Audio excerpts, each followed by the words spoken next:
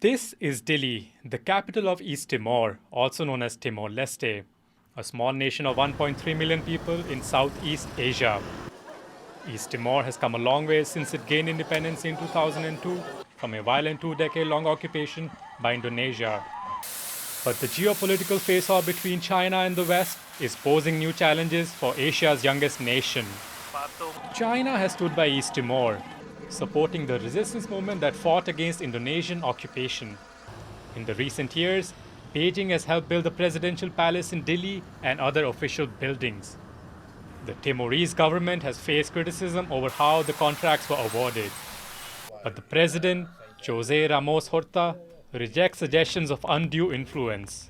So it's not like all China helping us. No, we helping them in the extent that we give them contracts, but contracts that they bid under international rules. East Timor's economy relies heavily on its fossil fuel reserves. But despite this wealth, as much as 40% of the country's population lives in poverty. And the nation may even run out of funds to extract its oil in the next 10 to 15 years. East Timor wants to develop natural gas reserves in an offshore project called the Greater Sunrise Gas Field. But for this, it needs foreign investment.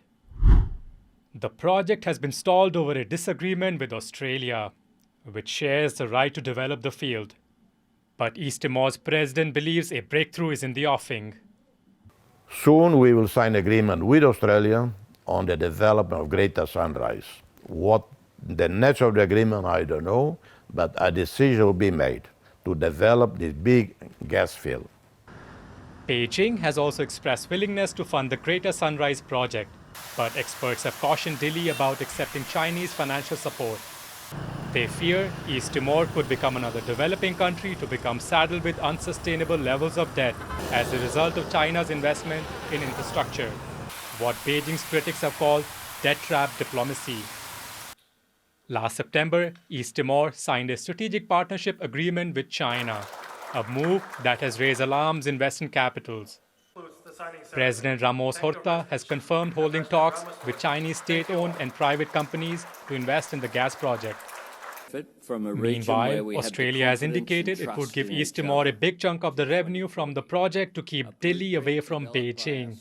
Now, all eyes are on the agreement Dili is negotiating with Canberra. As East Timor pins its economic future on the Greater Sunrise gas field, Asia's youngest nation looks to see how it can extract the best deal for itself without getting pinched in the great power rivalry between China and the West. James Lin and Aadil Brar for TaiwanPlus.